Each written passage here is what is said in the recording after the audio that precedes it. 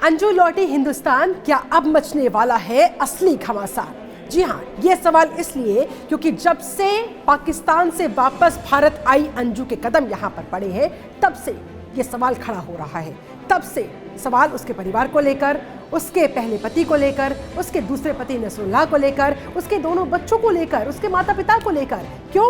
क्योंकि माता पिता ने उसे अपनाने से मना कर दिया है, उसके पति ने भी उसे पहले से ही त्याग दिया है। क्योंकि जब वो झूठ बोलकर, जयपुर का बहाना बनाकर सीधे पाकिस्तान जा पहुंची थी और अपने फेसबुक के थ्रू जो उसकी दोस्ती हुई थी नसरुल्लाह के साथ, उसके बाद फिर जुलाई में वहां जाकर 25 जुलाई को उसने अपने उस फेसबुक फ्रेंड के साथ, नसरुल्लाह के साथ निकाह कर लिया था, शादी कर ली थी। ऐसे में अब बहुत सारे सवाल इस समय अंजू का इंतजार करते हुए। हालांकि अटारी बॉर्डर तक उसका पति उसे छोड़ने के लिए पहुंचा और अब जैसे ही उसने भारत की बॉर्डर में एंटर किया, बीएसएफ कैंप में उसे रखा गया। जांच पड़ताल अब भी जारी है कि अंजू जो रीजंस दे रही है, जो वो कह रही है, बच्चों से मिलने की फरियाद का वो बहाना बना रही है, जो दुहाई दे रही है, क्या वाकई में उसमें कुछ हकीकत है या फिर इसके पीछे है कोई बड़ी साजिश जानबूझकर पाकिस्तान की तरफ से, पाकिस्तान की आईएसआई की तरफ से? क्या अंजू को प्लान किया गया है कि किसी प्लान के तहत उसे यहाँ पर भेजा गया है, या फिर वाकई में अंजू को अपने बच्चों की बहुत ज्यादा याद सता रही थी और अपने बच्चों से मिलने की खातिर वो यहाँ पर आई है? अब आ तो गई है, लेकिन यहाँ से वापस पाकिस्तान लौट पाना अंजू के लिए कितना आसान या कितना मुश्किल, इसको लेकर भी सवाल खड़े हो रहे हैं। सवाल ये भी कि अब देखिए, अंजू का पहला पति यहाँ हिंदुस्तान में है और हिंदुस्तान के कानून के मुताबिक जब तक आप अपने पहले पति को तलाक नहीं देते, आप दूसरी शादी नहीं कर सकते हैं। लेकिन अंजू ने ऐसा किया। ऐसे में जाहिर तौर पर ये जो गैर कानूनी उसकी शादी मानी जाएगी भारतीय कानून के मुताबिक। उसके लिए अंजू को गिरफ्तार भी किया जा सकता है। अंजू के खिलाफ बाकायदा उसके पति अरविंद कुमार ने एफआईआर भी दर्ज करवाई हुई है। क्यों? किस मसले में? दरअसल जब अंजू यहाँ से पाकिस्तान पहुंच गई थी, वहां जाकर 8 अगस्त 2023 को अंजू ने फोन से अरविंद कुमार से, अपने पहले पति से बात की थी। उसे फोन पर धमकाया भी था। इस बात की शिकायत अरविंद कुमार ने जाकर थाने में की, बाकायदा एफआईआर दर्ज करवाई। ऐसे में बहुत सारे सवाल खड़े होते हैं कि क्या अंजू यहाँ हिंदुस्तान इसलिए लौटी है?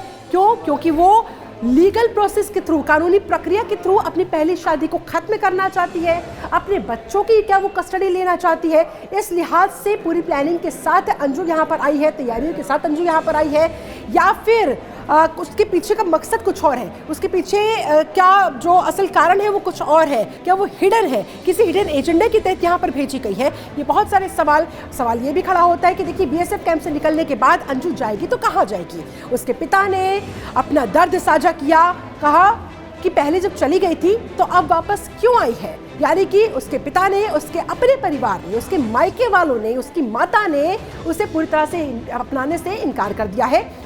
बंद कर। बंद है, बिल्कुल बंद कर। नहीं, हम कुछ नहीं बोलना चाह रहे, हमारा कोई रोल नहीं है। बंद करिए, बंद करिए।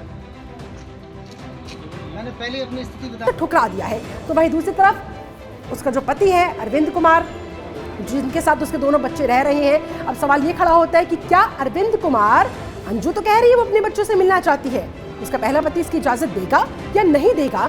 ये भी सवाल खड़ा हो रहा है। इसके अलावा जो एफआईआर अंजू के खिलाफ दर्ज है यहाँ भारत के अंदर, उस एफआईआर को लेकर गिरफ्तारी की तलवार भी उसके ऊपर लटक सकती है, कानूनी कार्रवाई भी अंजू के खिलाफ की जा सकती है। ऐसे में होगा क्या क्या नहीं? आखिरकार अंजू का भारत से वापस पाकिस्तान लौट पाना क्या मुमकिन हो पाएगा, या फिर यहाँ पर अंजू को जो उसने कर्म किए हैं उसकी सजा भुगतनी होगी? साथ ही तमाम तरह के सवालों के उसको जवाब देने होंगे।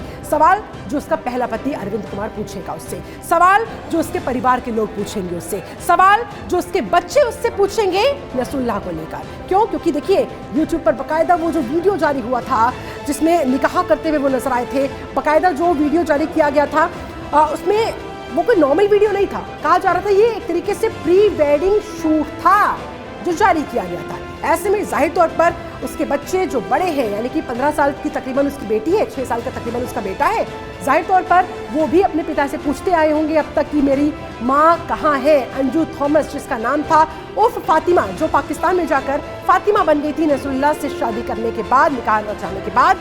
जाहिर तौर पर इन तमाम सवालों के जवाब देने के लिए अंजू को तैयार रहना होगा। क्या इन सवालों के जवाबों के साथ पूरी तैयारी के साथ इन 5-6 महीनों में करके अंजू वापस भारत आई है।